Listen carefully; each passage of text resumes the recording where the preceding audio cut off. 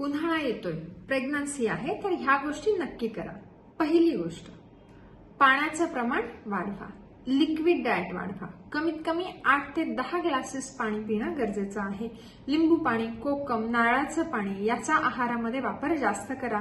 दही ताकाचा वापर आहारामध्ये जास्त करा. दुसरी खूप महत्वाची गोष्ट, फक्त ताजं अन्न खायचं आहे, शिळं अन्न टाळायचं आहे.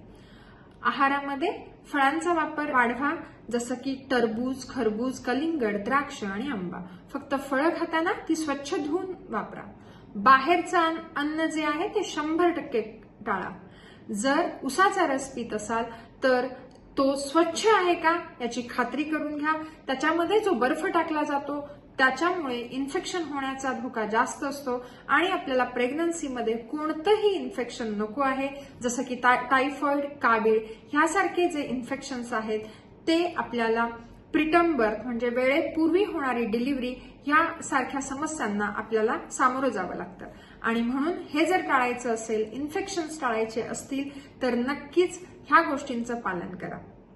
तसंच उन्हाळ्यामध्ये कॉटनचे, सैलसर आणि हलक्या रंगाचे कपडे वापरा. बाहेर जात असाल तर शक्यतो आउटडोर ऍक्टिव्हिटीज सकाळच्या आवर्समध्ये किंवा संध्याकाळच्या आवर्समध्ये करा. आणि बाहेर जाताना सनस्क्रीनचा वापर करा, टोपी किंवा दुपट्टाचा वापर करा आणि सूर्याच्या अतिनील किरणांपासून आपलं संरक्षण करा. धन्यवाद.